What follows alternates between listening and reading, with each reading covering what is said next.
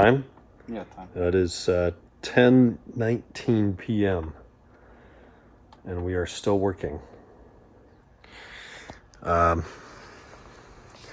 Today I got just a ton of emails done. I've gotten well over 100 emails today, which has driven me nuts. And then I got to work on this car a little bit. We've got a new rear main seal in place. We have a new pilot bearing. All that is clean. The drive shaft has arrived with a center support bearing and CV joint. We need to obtain a new flex disc. The one on this old SMG is starting to show some dry cracking there at the top. That's not good, so we're going to replace that. I've been working on the transmission. I've got the new bracket on and torqued. I have one mount on and torqued. The other one had to come from somewhere else, and it was in the dealer today, but I didn't pick it up. I'll get it tomorrow and get that on. We have a new selector rod shaft seal down in there. Shifter carrier is new bushing, new clip, new clip. This is new. This is new. That joint's new. Circlip is new. We're going to drain the fluid out of that and obviously change it. We're going to replace the strainer with a filter and the drain and fill plugs and the slave cylinder bracket and all of that shit. The wiring harness is already on there, which is nice. I'll get it rolled back over tonight, and then we're going to replace the throwout bearing as well, of course.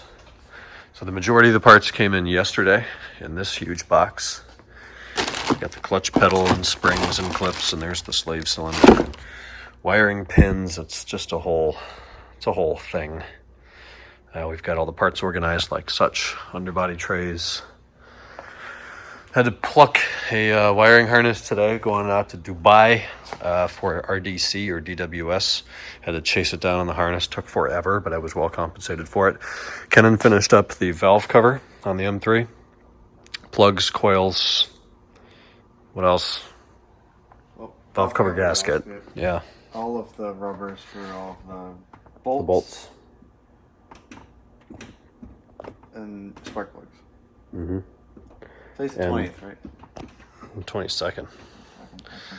And you've done away with that little Euro clock and put it. I can't say that.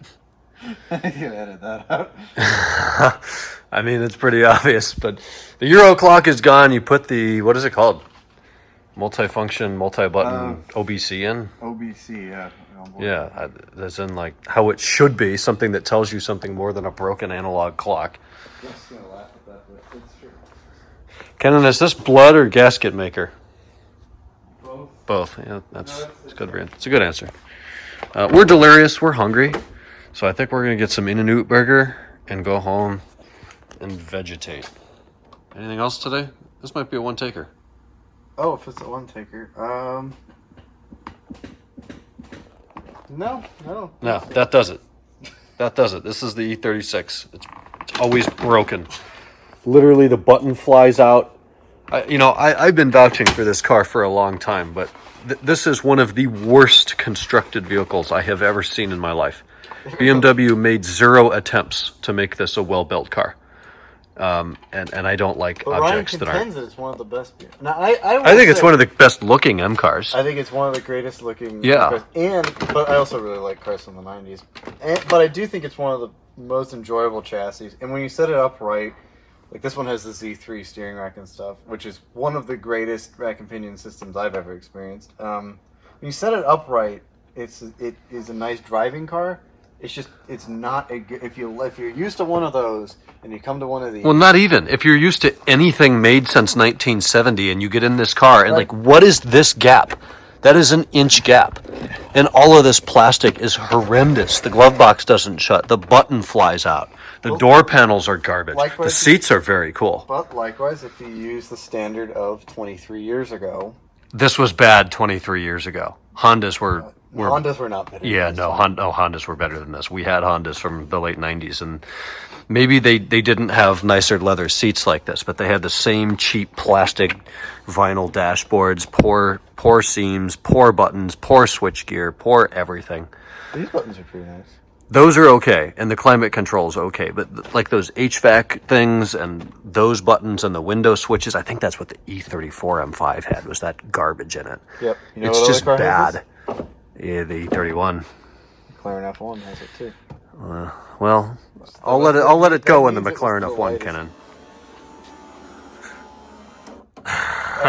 That's totally different window regulator. It's actually way better than the E39 without all these cables and shit. Typical E36. Oh yeah, there's another problem. Why does it do that? Because there's like micro switches or some shit somewhere that has to be replaced. God, literally the worst M car ever built. Tell me why I'm wrong in the comments. Good night.